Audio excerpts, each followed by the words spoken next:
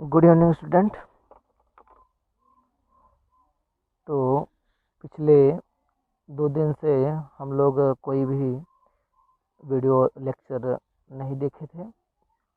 उसका कारण ये है कि मैं पिछले 2 दिन से बाहर था। ओके, तो पिछले लेक्चर में हमने देखा था कि द्विध्रुव की अक्षीय रेखा पर स्थित किसी बिंदु पर वैद्युत विभव। आज हम देखेंगे उसी का दूसरा भाग, विद्युत द्विध्रुव की निरक्षीय रेखा पर स्थित किसी बिंदु पर विद्युत विभव।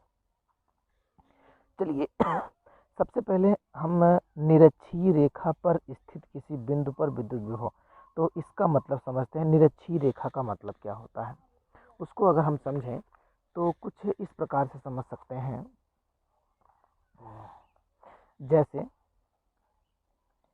अगर हमारे पास कोई सेगमेंट है, कोई रेखाखंड है ए बी,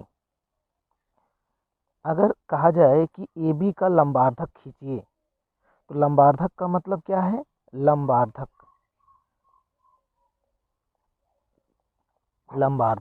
लंब हो और आधा, यानी ऐसी एक लाइन खींचिए जो ए बी रेखाखंड का लंबार्धक हो। या ऐसे समझ सकते हैं आप कि इससे होकर एक ऐसी सरल रेखा जाए जो ए बी को 2 भागों में बराबर बराबर विभाजित करती हो और उस पर लंब हो। इसे हम कहते हैं लंबार्धक। ओके,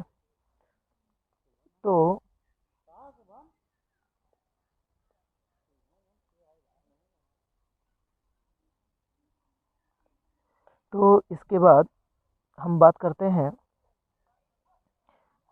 निरक्षीय रेखा। अब यही जो लाइन है वह निरक्षीय रेखा है। निरक्षीय रेखा का मतलब कि इसी पॉइंट को, यानी इसी रेखा पर जो कोई भी पॉइंट होगा, उस पॉइंट को हम कहेंगे निरक्षीय रेखा पर। ओके, तो अब निरक्षीय रेखा का मतलब समझ में आ गया होगा स्टूडेंट। चलिए बात करते हैं वैद्युत द्विध्रुव। यहाँ पर सबसे पहले हम मानेंगे, हमने माना एक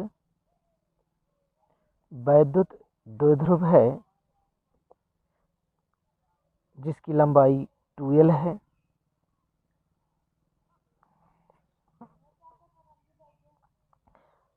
कुछ इस प्रकार से यहाँ पर पॉइंट ए है, यहाँ पर पॉइंट बी है।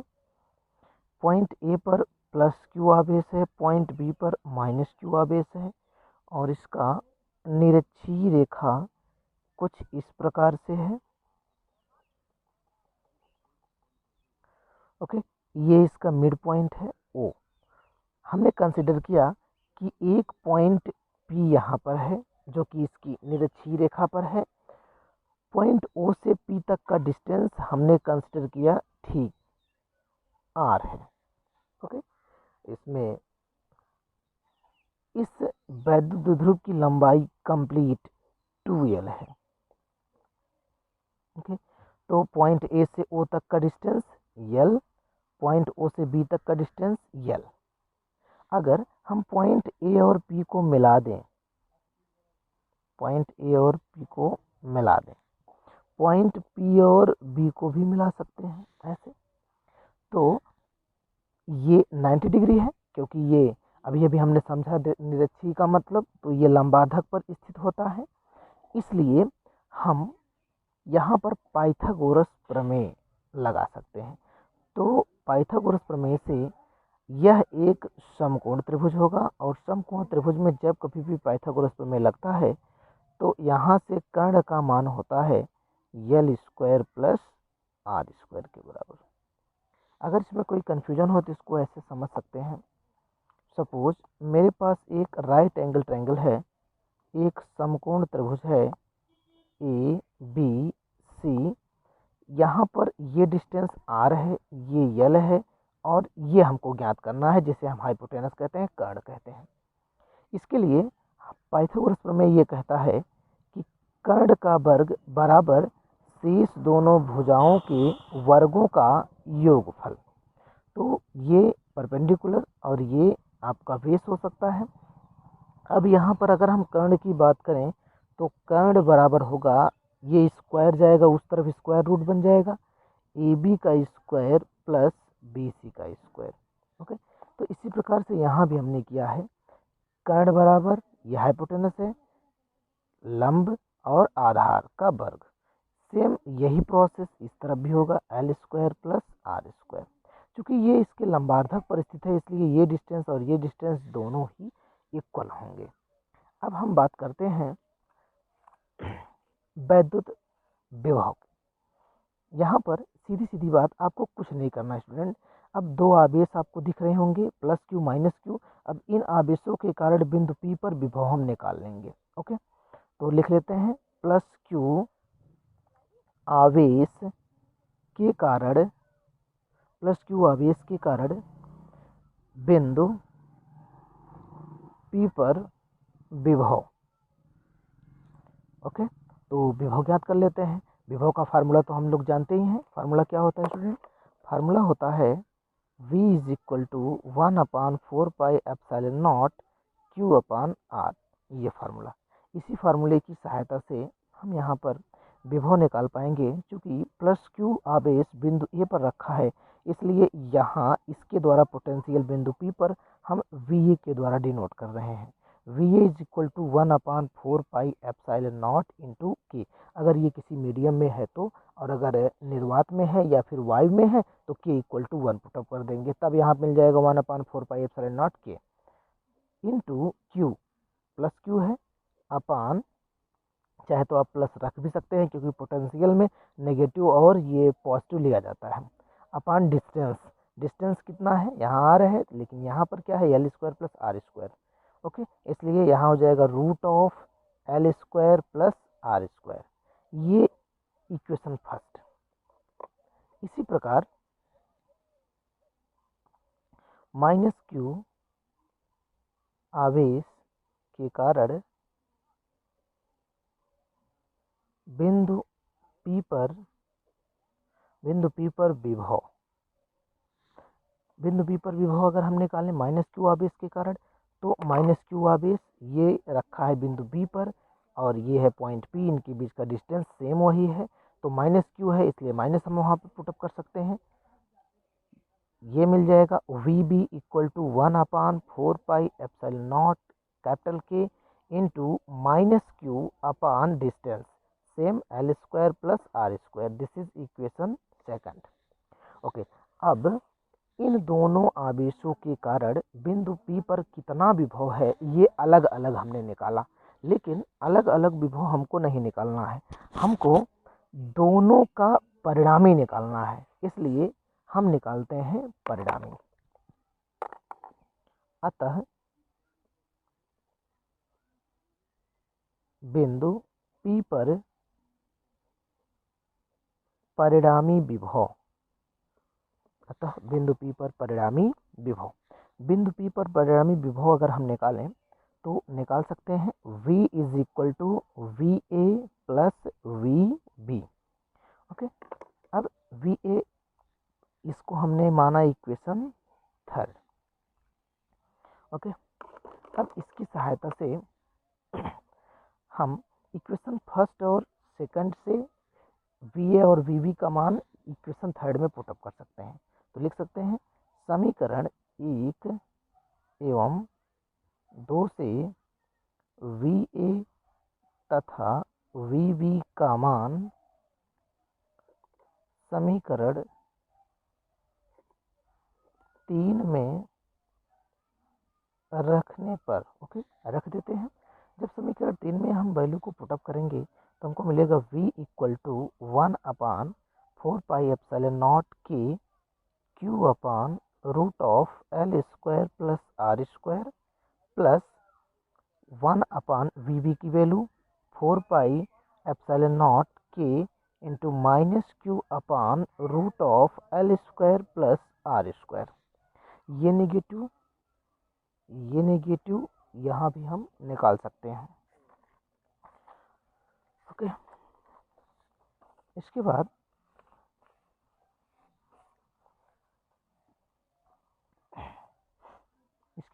यहाँ पर हमको मिल जाएगा v is equal to 1/4πε0 k q upon root of L square plus R square minus 1/4πε0 k q upon root of L square plus R square.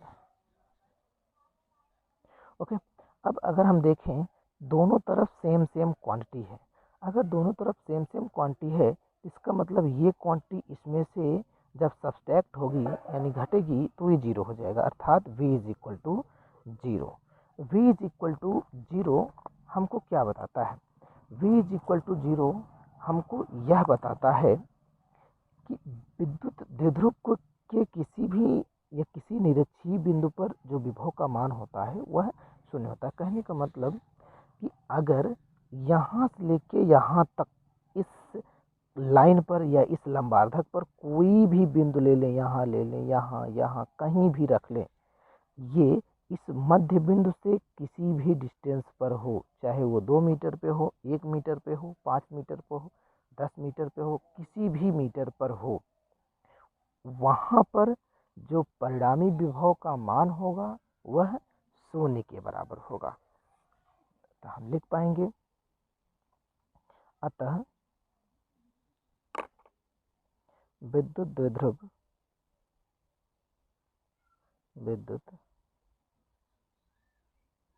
द्विध्रुव के किसी निरक्षीय बिंदु पर विभव का मान शून्य होगा।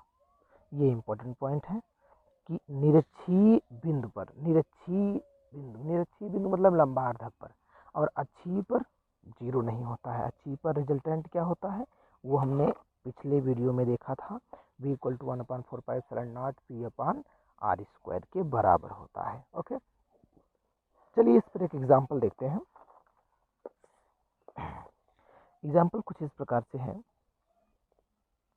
दो बिंदु आवेश +3 माइक्रोकूलम तथा -3 माइक्रोकूलम एक दूसरे से अल्प दूरी 2 × 10⁻³ मीटर पर स्थित हैं। द्विध्रुव से 0.6 मीटर दूरी पर निरक्षीय स्थिति में वैद्युत विभव ज्ञात कीजिए। तो स्पष्ट है स्टूडेंट कि अगर निरक्षीय की बात आ गई है तो v का मान वहाँ पर जीरो होगा। अगर ये बहुविकल्पी हो तो आप जीरो पर टिक कर देंगे, तुरंत क्लिक करेंगे। बट अगर ये क्वेश्चन सॉल्व करने के लिए आ गया है तो इसको हम कुछ इस प्रकार से सॉल्व करेंगे। सबसे पहले तो हमने एक ए बी वैद्युत द्विध्रुव मान लिया। ए बी कितना चार्ज है? +3 माइक्रोकूलम और -3 माइक्रोकूलम। इस पर Q1 है +3 माइक्रोकूलम 10⁻⁶, ये कूलम, क्योंकि माइक्रो ये 10⁻⁶ होता है, और ये Q2 है -3 × 10⁻⁶ कूलम। ओके, ये है इसका निरक्षीय रेखा, ये निरक्षीय रेखा, ये है पॉइंट O। ओके, और यहाँ से 0.6 मीटर, तो कंसिडर कर लेते हैं 0.6 मीटर, और ये आएगा 3/5 के इक्विवेलेंस। ये पॉइंट है P, यहीं पर हमको विभव निकालना है। ओके, यहीं पर हमको विभव निकालना है। अब देखिए, सबसे पहले तो ये पॉइंट, ये लाइन यहाँ से यहाँ तक हमको मिल गई है, ये 90 डिग्री है। पाइथागोरस में अप्लाई कर सकते हैं जस्ट उसी प्रकार का जैसे यहाँ पर हमने पाइथागोरस में अप्लाई किया था, और ये 90 डिग्री था। ओके, तो यहाँ पर हम ये द्विध्रुव की लंबाई दे रखा है 2 × 10⁻³ मीटर, ये दे रखा है 2 × 10⁻³ मीटर। ओके, अब यहाँ से अगर हम पॉइंट O से A तक की बात करें तो ये डिस्टेंस होगा 10⁻³ मीटर, 10⁻³ मीटर। ओके, पाइथागोरस प्रमेय से अगर हम अप्लाई करें तो ये डिस्टेंस हमको मिल जाएगा 10⁻³ का स्क्वायर और प्लस 3/5 का स्क्वायर रूट के अंदर। और सेम यहाँ भी यही मिलेगा, 10⁻³ का स्क्वायर प्लस 3/5 का स्क्वायर, क्योंकि हमने फार्मूले में देखा था ये L square plus R square, L यहाँ से लेके यहाँ तक था तो यल का स्क्वायर हुआ। उसी प्रकार यहाँ से लेके यहाँ तक 10⁻³ है तो 10⁻³ का स्क्वायर हुआ। और दूसरा यहाँ से लेके यहाँ तक आर था, इसलिए यहाँ पर हमने यहाँ से लेके यहाँ तक का डिस्टेंस 3/5 का स्क्वायर कर दिया। अब हमको क्या निकालना है, इधर ही देखते हैं स्टूडेंट। अब हमको निकालना है विभव VA और VB। ओके, चलिए डायरेक्ट मैं लिखता हूँ कि Q1 के कारण बिंदु A पर विभव। ओके, तो यहाँ मिल जाएगा हमको VA इज इक्वल टू, मैं डायरेक्ट लिख रहा हूँ, आप लोग डायरेक्ट मत लिखिएगा, पॉइंट को नोट करके लिखिएगा। जैसे इसमें हमने लिखा है यहाँ पर प्लस Q आवेश के कारण बिंदु P पर विभव। ओके, अब VA यहाँ से मिल जाएगा 1/4πε0 Q मिल जाएगा 3 × 10⁻⁶ अपान, यहाँ मिल जाएगा डिस्टेंस, ये डिस्टेंस 10⁻³ का स्क्वायर प्लस 3/5 का स्क्वायर। और VB मिल जाएगा 1/4πε0 -3 × 10⁻⁶ अपान, डिस्टेंस सेम हो जाएगा 10⁻³ का स्क्वायर प्लस 3/5 का स्क्वायर। ओके, अब जब हम परिणामी निकालेंगे तो V = VA प्लस VB मिलेगा। ओके, तो यहाँ से मिल जाएगा हमको V = VA है, ये मिल जाएगा 1/4πε0 और इंटू 3 × 10⁻⁶ अपान √10⁻³ का होल ऑफ स्क्वायर प्लस 3/5 का होल ऑफ स्क्वायर। और ये नेगेटिव है तो ये यहाँ प्लस के स्थान पे नेगेटिव हो जाएगा। और यहाँ मिल जाएगा 1/4πε0 3 × 10⁻⁶ अपान √10⁻³ का होल ऑफ स्क्वायर प्लस 3/5 का होल ऑफ स्क्वायर। और ये दोनों क्वांटिटीज़ अगर आप ध्यान देंगे तो सेम है, और इसलिए यहाँ पर V = मिल जाएगा 0। तो एक बार फिर से हमने एक एग्जाम्पल देखा और एग्जाम्पल में हमको 0 मिला पोटेंशियल। ओके, तो इस प्रकार से ये दूसरा टर्म भी समाप्त होता है। Okay, thank you student. अब इस पर आप लोग क्वेश्चन को सॉल्व करिए और अधिक से अधिक क्वेश्चन सॉल्व करिए, और उसके बाद जो क्वेश्चन ना आए उसको आप लोग पूछिए हमारे व्हाट्सएप पर या इसी पर कमेंट करिए। और हाँ, अगर आप लोग वीडियो देखते हैं तो वहाँ पर लाइक करिए और चैनल को सब्सक्राइब करिए। Thank you student.